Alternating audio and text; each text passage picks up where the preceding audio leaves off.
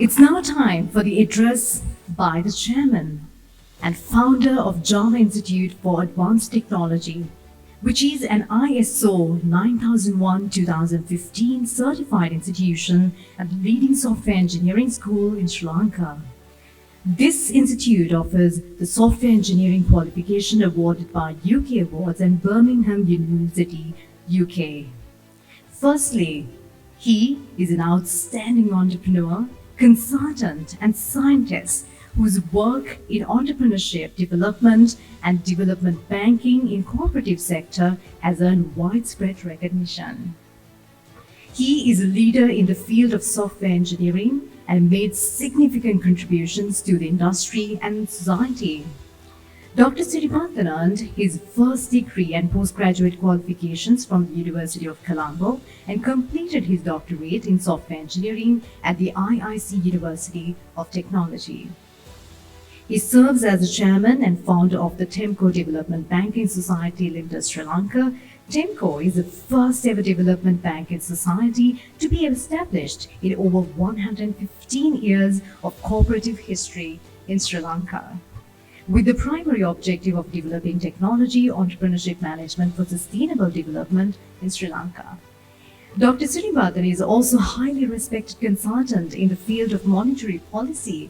He is a former consultant of the Monetary Policy Consultative Committee of the Central Bank of Sri Lanka. Dr. Siribaddana holds government positions as a board member of the Vocational Training Authority. He introduced the NVQ5 in ICT Level 5 program to VTA and implemented the online examination platform to conduct the exams for NVQ Level 5 ICT. He also holds the position of board member at the National Apprentice and Industrial Training Authority in NITA, as we all know. Dr. Siribaddana was also a member of the three-member committee to write the National Plan of Action for Children in Sri Lanka for the period of 2012-2016. The NPAC is a government-led institution and initiative aimed at improving the well-being of Sri Lanka children in the country and was funded by UNICEF. As a result of committees' suggestions, technical subjects were introduced to the curriculum of national school later. Ladies and gentlemen, let's warmly welcome Dr. Ishantha Siribaddana.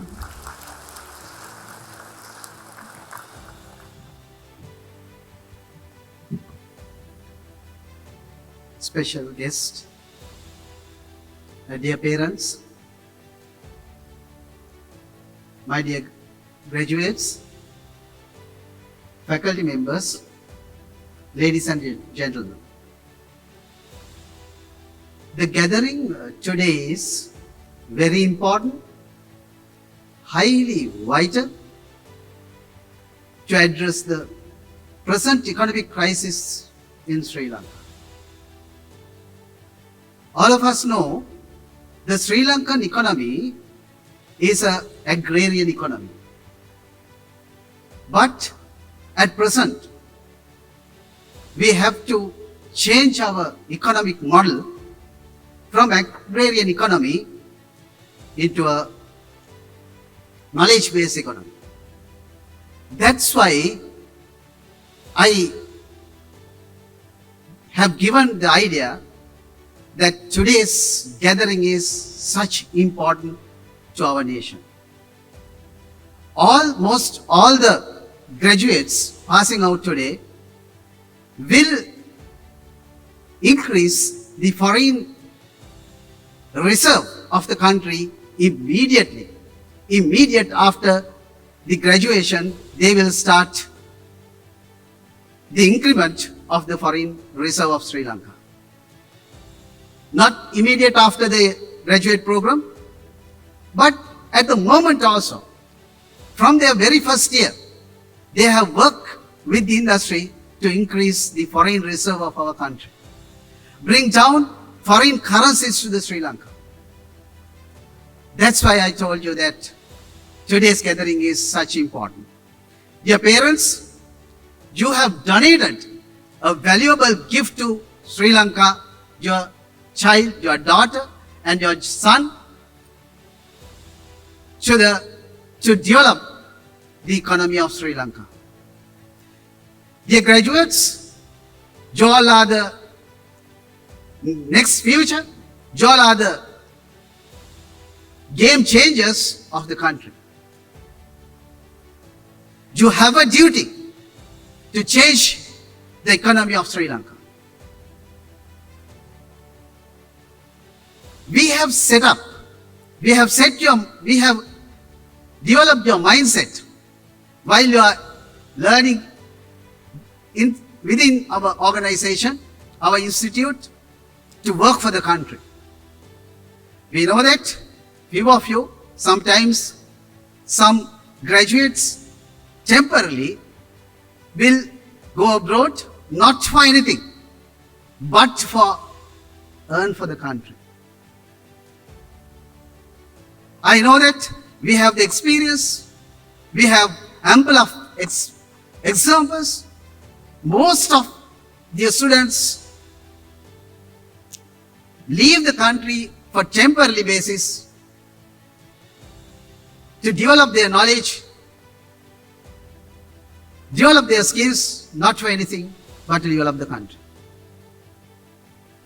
We have experiences, they have gathered their knowledge outside the country, not for anything, but to bring down foreign currency to the Sri Lanka. That's vital. That's why I told you this gathering is so vital. Then I would like to go back to 2007. We have given the first ever software engineering graduate qualification to one of our students in 2007. By that time, in Sri Lanka, there were no state or private university offered software engineering graduate qualification to our student community in Sri Lanka. We were the pioneers. So I'm very proud of that. By that time, when we were offering software engineering qualification to our graduates, some general public, some people laughed at us. They have not believed that we can do that. But today, it has come to a reality. I can remember by that time, other than the software engineering graduate program, all the other degree programs available in the IT field has been offered by all the other institutes, state and private sector, both. Management information systems, computer science degrees, BSc in IT graduate programs, many BSc in network engineering, many IT programs are offered, but not the software engineering program. We were the first ever organization offered software engineering graduate qualification to our nation. Not only that, by that time we wanted to promote software engineering qualification among our student community. For that, what we have done? We have done many activities to promote that. We had to do that. Otherwise, people were not believed the software engineering qualification can be offered. For that, by 2009, we have organized a Sri Lankan's first ever software engineering exhibition in Sri Lanka. There are our board members helped us during that time. I have to mention Dr. Siribaddana. He was the main organizer for that Java Sri Lanka software exhibition, the first ever software exhibition in Sri Lanka. We have done it at the same premises. More than 20,000 participants were there. More than 200 software solutions were sold in that exhibition developed by our students. Those students today are performing very well at the industry and they have become entrepreneurs. Actually not entrepreneurs but technopreneurs. They are performing very well at the industry today. They are bring down very big amount of foreign currency to the country based on their experiences gained at the software exhibition. Not only that, in 2010, we have done a Java World Congress in Sri Lanka with the participation of 28 countries. There is Dr. Aspa Peppa. She has given us a tremendous support by that time for us to gather such number of participants from 28 countries for the Java World Congress. We have done it in 2010. In that manner, we have started to promote software engineering graduate qualification in Sri Lanka. Still, I want to tell you that still in Sri Lanka, state and private universities, if we consider, still only 2 state universities implemented software engineering graduate program. Open University and the Columbia University, only those 2 universities still have the software engineering graduate qualification available. But still their intake around 50 students per annum. But you can see, this may be the smallest software engineering graduate program when we consider the future. Next year, this will be doubled, tripled, and we know we can't imagine what will be the numbers of software engineers we can produce in coming years. Not only that, by that time, not like today, it was really tough task for us to introduce our software engineers into the industry. Today, it's not an issue to the Java Institute. Today, industry is in our doorstep to take you into the industry. I think most of you, by now, involving with the industry to develop software. So that is a little bit around about our past. Then, I would like to tell you about the software engineers scarcity in Sri Lanka. It might encourage for you to work hard and to build your career and also to start higher salaries for you to success your life and also to start your own software companies. There's a huge scarcity in Sri Lanka. Why? All of us should know the Sri Lanka's export revenue. It is around 12 to 15 billion US dollars. Out of that 12 billion US dollars, $1 billion from software industry. Our software export revenue last year, it's around $1 billion US dollars. But the government is having idea to increase the software revenue, export revenue up to 5 billion.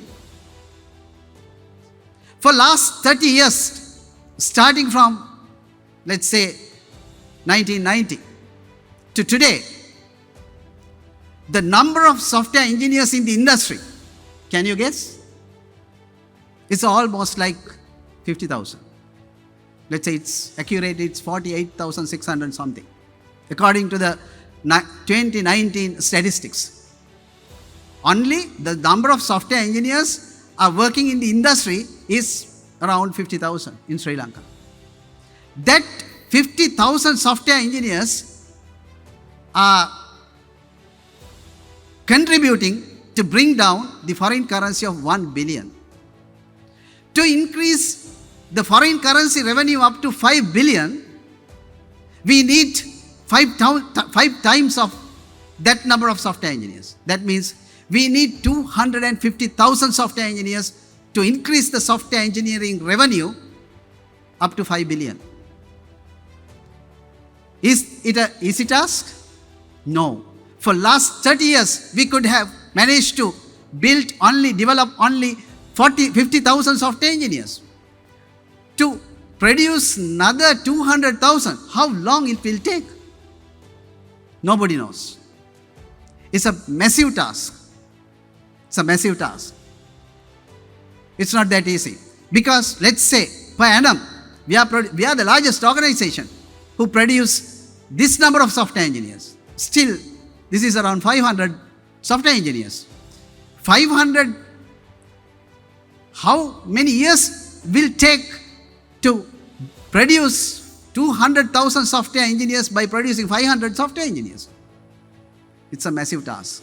Therefore, we have decided at least per year, the Java Institute should produce 10,000 software engineers. That is a possible task. If you join a lecture, the current lecture you can see, there are around 2,000 undergraduates are learning in our online platform at a particular time. So we have the capacity to develop, produce 10,000 software engineers to the nation. We have the capacity. After the COVID, we have developed our organization up to that level, thankful to my academic and the staff. Then, if we produce, let's say, 3,000 software engineers to the nation, only with the Java Institute capacity, it's 1/10 of the national total graduate production. All of us know the state sector graduate production per annum is around 30,000.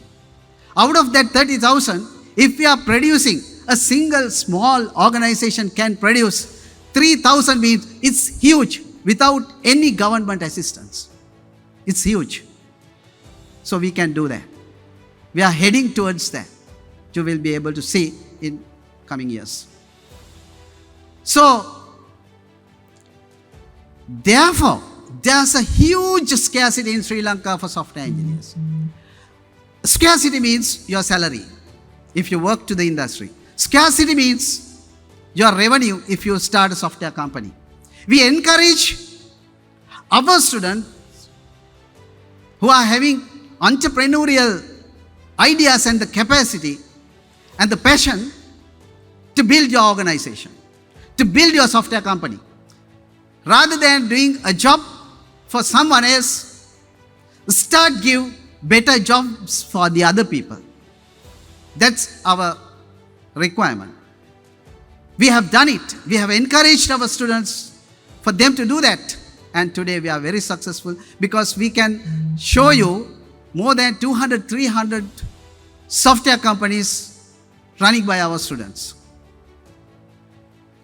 That is a little bit about the software engineering scarcity in Sri Lanka.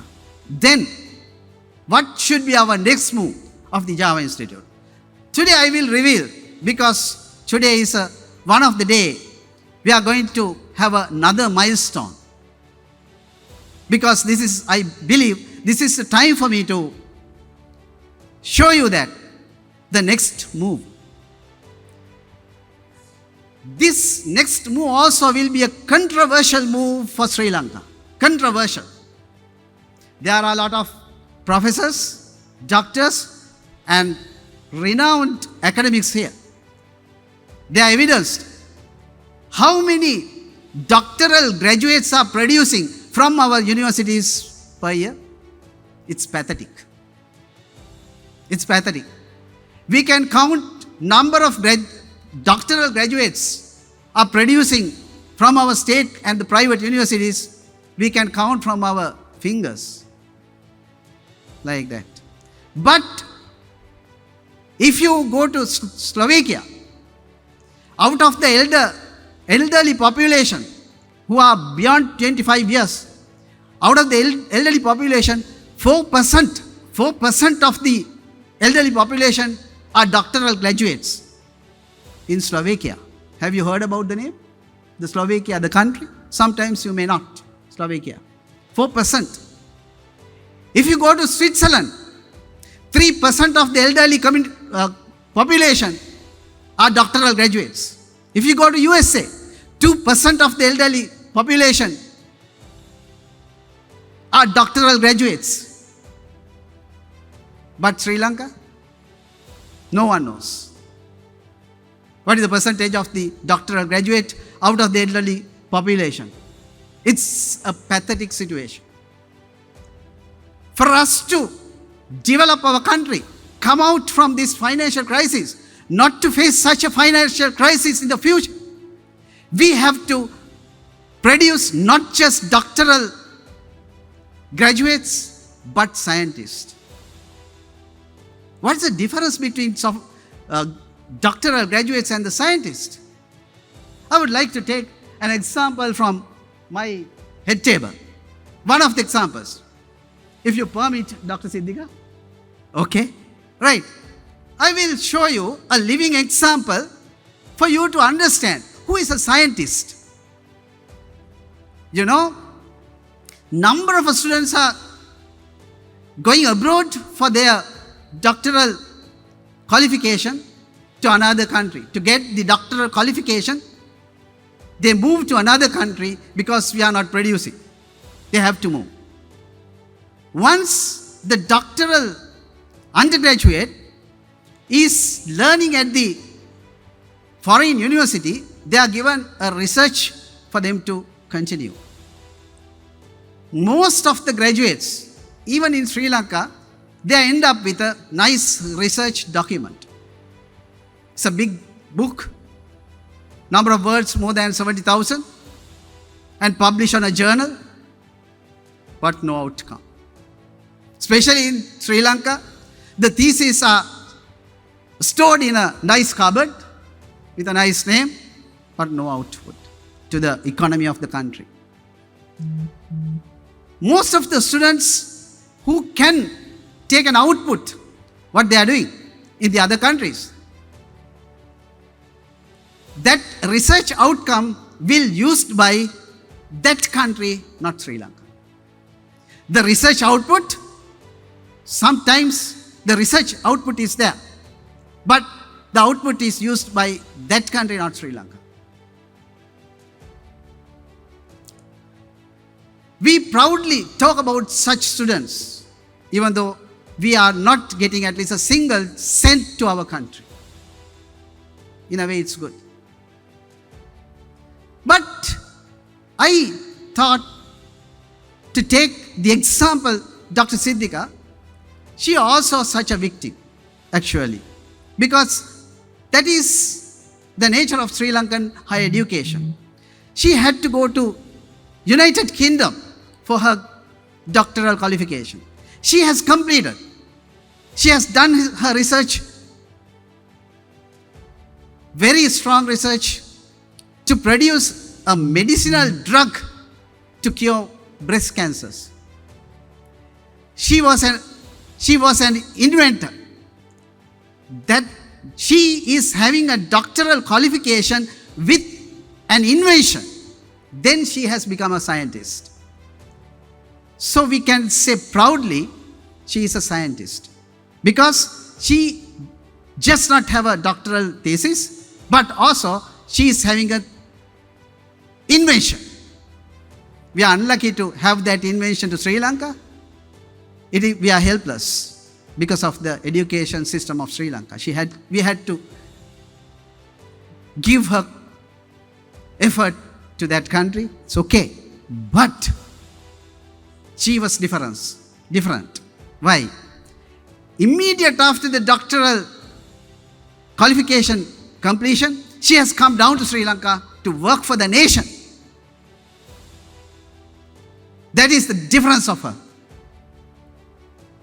She is working towards the country for our country's growth at a very small salary, government salary. It's unbelievable.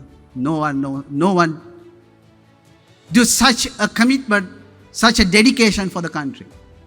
She has done it. That's why I have taken that example for you to get some idea how we have to involve with your talents and skills to build this nation. Yes, we can allow you to go to another country, develop your skills. Because of the academic and the education nature of this country, you are not sufficient, you are not given sufficient education for you to develop your invention or market your invention in Sri Lanka. It's okay. Give it to that country because they are also giving you the skills. Come back to Sri Lanka, work for the country to build this nation. That is essential. That is essential. Keep in your mind. Get into your mind. There are hundreds of people leaving the country when we are in a trouble. Forget those people. Their parents, they have not brought up with the patriotic idea. But you all are not the same. We know that. You all are different. You all are extremely different. Our staff has built your mindset to work for the country. Work for the country.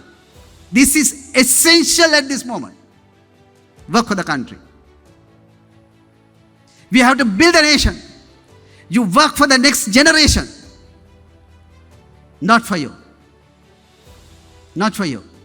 But for the next generation. Because you can leave the country.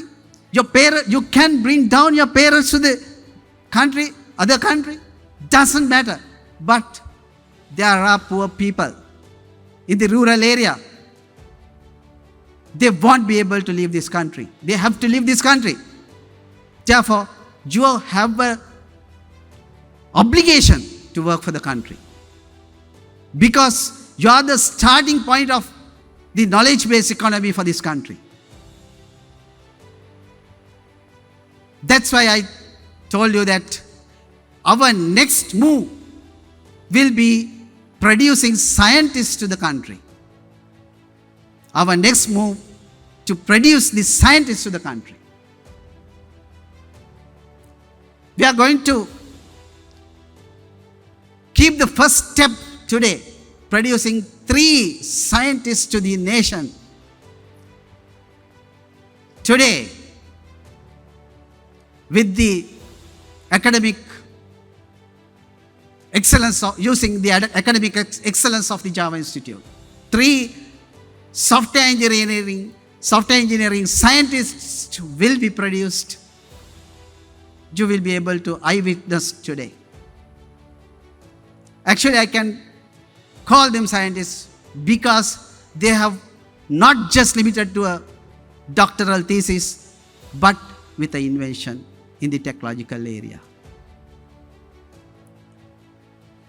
So our next move to produce scientists to the Sri Lanka. If I'm not wrong, this year we are planning to produce more than 5,000 research papers to a journal this year. It may be the highest number of research papers we'll be producing to a journal from Sri Lanka.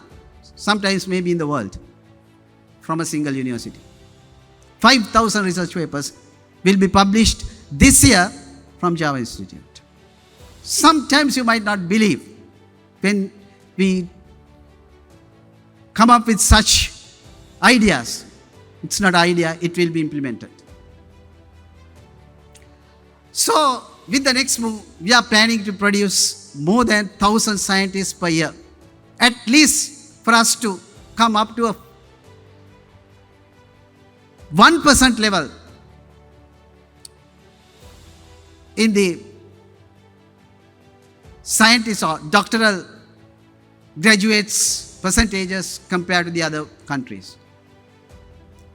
I believe that target can be achieved because China, no one knows what is the percentage of doctoral graduates compared to within the adult population of China. Singapore is not less than the 1% level. But there's a possibility for us to do that. Our next 10 years target to include into that category. For that, we will give a start. I know that most of the institutes will follow this model in the future. We are welcome all the other institutes for them to follow our strategies, because this is not an easy task for us to do alone. Those are some messages as a founder and the chairman of the Java Institute for you to deposit in your mind. I expect all of new graduates will end up with something, some valuable content, giving some valuable content to our mother nation. Thank you very much.